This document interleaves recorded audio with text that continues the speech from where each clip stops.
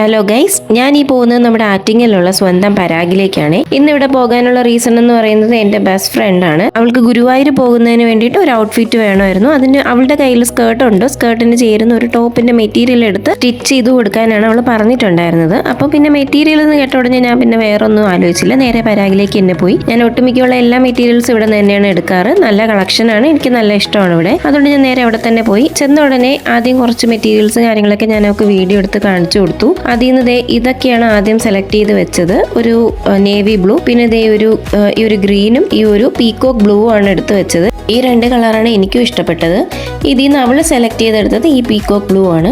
അങ്ങനെ അതൊക്കെ വാങ്ങി ഞാൻ നേരെ ബസ്സിൽ കയറി വീട്ടിലേക്ക് വന്നേ. വീട്ടിലേക്ക് വന്നിട്ട് പിന്നെ ഇതിന്റെ കട്ടിങ്ങും സ്റ്റിച്ചിങ്ങും കാര്യങ്ങളൊക്കെ സ്റ്റാർട്ട് ചെയ്തു. കാര്യം 2 ദിവസമേ ഉണ്ടായിരുന്നുള്ളൂ സമയം. അപ്പോൾ രണ്ടാമത്തെ ദിവസം അവൾക്ക് കൊടുക്കണം. അപ്പോൾ അതുകൊണ്ട് തന്നെ പിന്നെ വന്ന പാടെ ഒന്നും നോക്കിയില്ല, പെട്ടെന്ന് തന്നെ അതേ കട്ടിങ്ങും സ്റ്റിച്ചിങ്ങും ഒക്കെ കഴിഞ്ഞു. അവൾ പഫ് സ്ലീവ് ആണ് വേണം എന്ന് പറഞ്ഞിട്ടുണ്ടായിരുന്നത്. അങ്ങനെ പഫ് സ്ലീവും ഒക്കെ ചെയ്തു. പിന്നെ ആ ഷർട്ടി വന്ന് ഇട്ട് നോക്കിയപ്പോഴത്തേക്കും കുറച്ച് ആൾട്രേഷൻ ഉണ്ടായിരുന്നു, കുറച്ച് ഷേപ്പ് അടിക്കണമായിരുന്നു. ഇത് ഞാൻ കുറച്ച് മാസങ്ങൾക്ക് മുന്നേ അവളുടെ അളവ് എൻ്റെ കയ്യിലുണ്ടായിരുന്നത് വെച്ചിട്ട് ഞാൻ സ്റ്റിച്ച് ചെയ്തതാണ്. ഇപ്പോൾ അവൾ കുറച്ചുകൂടെ ഉണങ്ങിയിട്ടുണ്ട്. അങ്ങനെ കുറച്ച് ഷേപ്പ് അടിക്കേണ്ടി വന്നിട്ടുണ്ട്. കുറച്ചധികം ഷേപ്പ് അടിക്കേണ്ടി വന്നിട്ടുണ്ടായിരുന്നു. ആൾ ഇന്ന് വണ്ണം വെച്ചാൽ നാളെ ഉണങ്ങുന്ന ടൈപ്പ് ഒരു ശരീരപ്രകൃതമാണേ. അങ്ങനെ എന്തായാലും അവൾ വന്ന് ഇട്ട് നോക്കി, അവൾക്ക് ഇഷ്ടപ്പെട്ടു. ഇതാണ് ഡ്രസ്സിന്റെ ഫൈനൽ ലുക്ക് എന്ന് പറയുന്നത്.